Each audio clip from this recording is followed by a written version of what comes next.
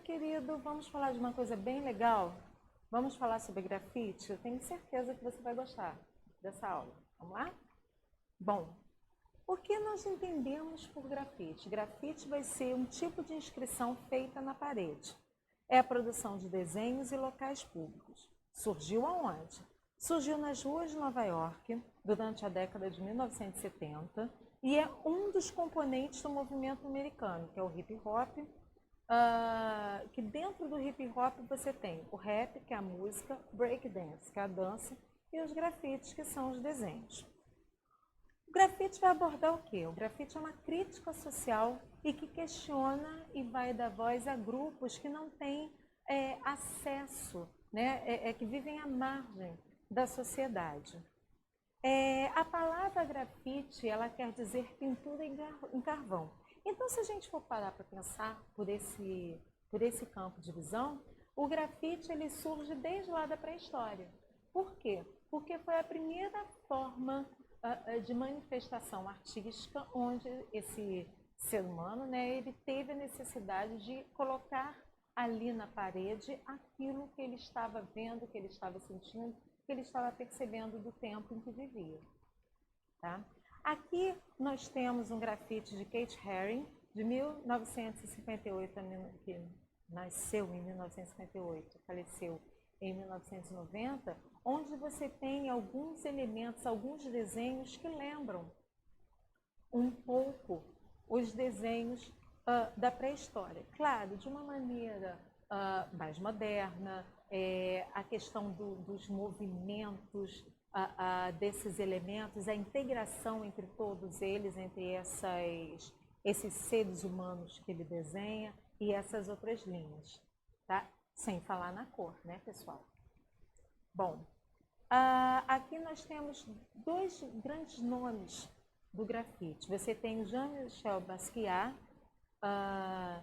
que nasceu em 1960 e faleceu em 1988, que foi um dos grafiteiros mais importantes da história do grafite. E você tem Andy Warhol, esse aí da cabelinho branco, de 1928, né? Nasceu em 1928 e faleceu em 1987. Basquiat, um artista negro norte-americano, que não era visto ainda como artista, ele era um grafiteiro e fazia um grafite muito diferente dos grafites dos seus amigos, chamou a atenção de Andy Warhol, que já era um artista, o criador da pop art, que a gente já estudou sobre ela,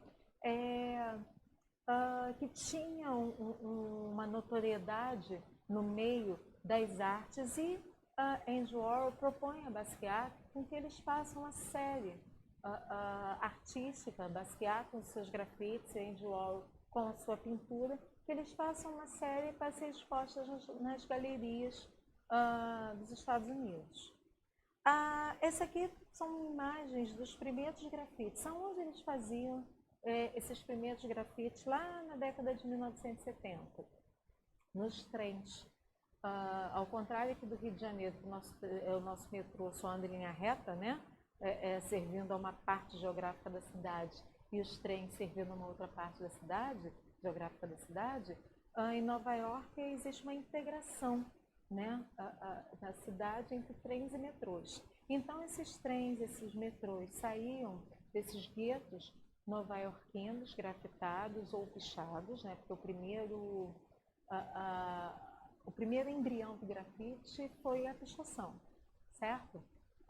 E aí começou a chamar a atenção, da primeira vez de uma forma não muito positiva da sociedade nova-iorquina, porque eles entendiam aquilo como uma degradação do patrimônio público. Mais tarde, a partir do momento em que, né, esses traços começaram a se tornar desenhos e se tornar mais interessantes, começou a chamar a atenção dessa população nova-iorquina porque estava acontecendo nos guetos. Hoje em dia, nós temos vários tipos de grafite. Um deles é o stencil. O stencil, você pega uma chapa, pode ser de uma radiografia, pode ser uma chapa de acetato, você cria, você recorta o desenho, coloca sobre a superfície e passa o jet por cima. Esse aqui é um stencil de um dos artistas mais importantes da atualidade, chamado Banksy. Esse aqui são mais dois estilos de grafite. Esse aqui é um tipo de grafite, que é o stencil. Você tem o Bond, esse aqui é um grafite paulista, esse preto e branco, que são essas letras mais arredondadas. E você tem o Art Style, que é um grafite muito mais detalhado. Inclusive, a evolução das tintas, né, de todo o universo que dá suporte ao grafite é gigantesco. Então, você tem latas de tinta e spray feitas que dão esse efeito desse grafite aqui de baixo, do Art Style.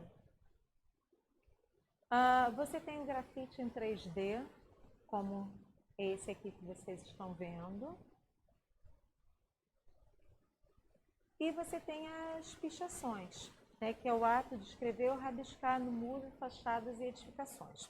Há uma polêmica muito grande em torno do que é certo na pichação, que é certo no grafite, se a pichação é vandalismo, se ela não é.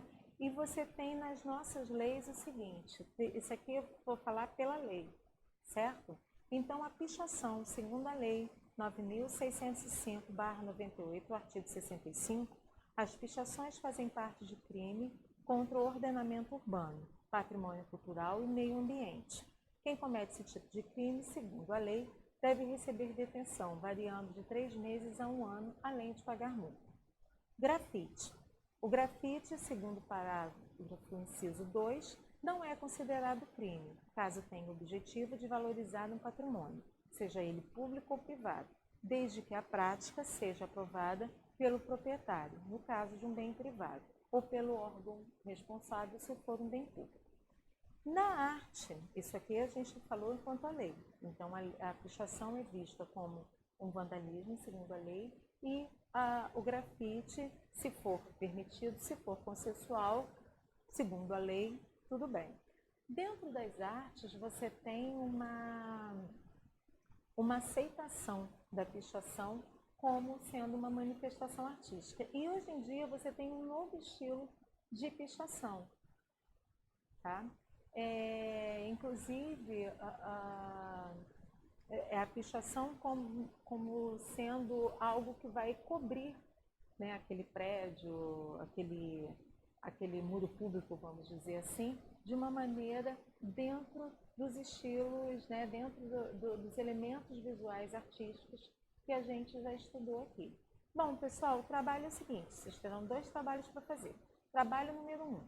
Vocês vão pesquisar quem são esses grafiteiros brasileiros abaixo. Inclusive, o grafite brasileiro, ele, principalmente paulista, ele é destacado como um dos mais interessantes do mundo.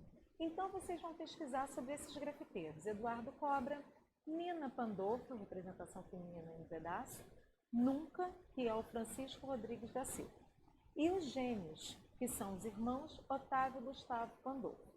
Trabalho 2. Vocês vão escolher uma das obras dos grafiteiros aí que vocês escolheram para pesquisar e vocês vão responder o que vocês estão vendo e como ele usa as linhas e as cores.